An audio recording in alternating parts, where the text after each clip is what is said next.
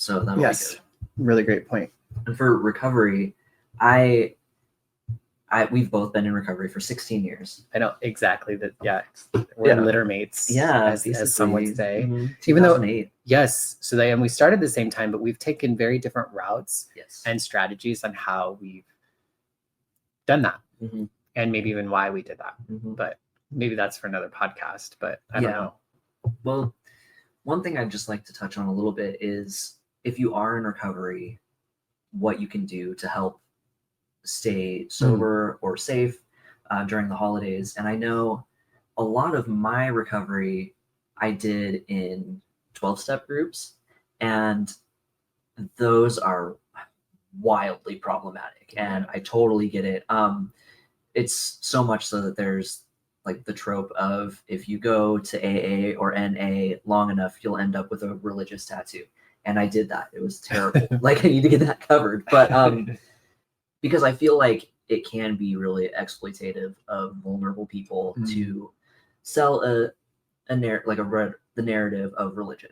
And I think that's really harmful. But I like to, when I work with people on it, I offer them options without any higher power because I'm not a religious person. Right. And I think that that's just as important. But they do offer some cool things where they have like 24-hour meetings, like marathons.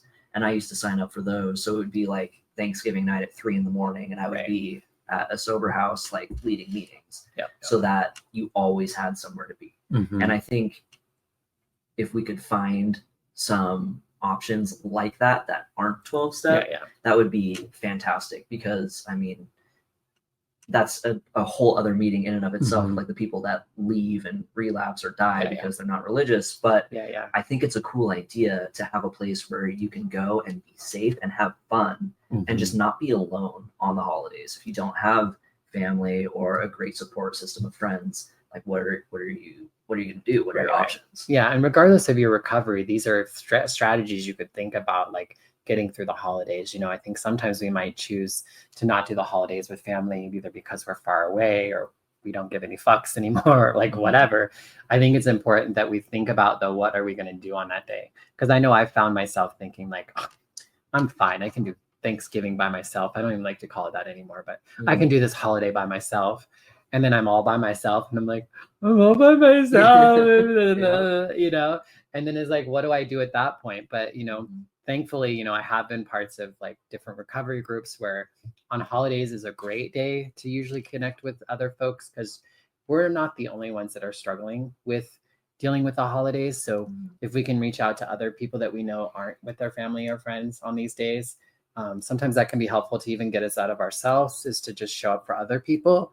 Like, I think that's why a lot of queer folks have Friendsgivings and they have opportunities for friends to get together and do certain things. And even probably why bar nights and stuff are so popular is because it's a space where we can all go and kind of escape our loneliness and our rejection or whatever sort of feelings those are.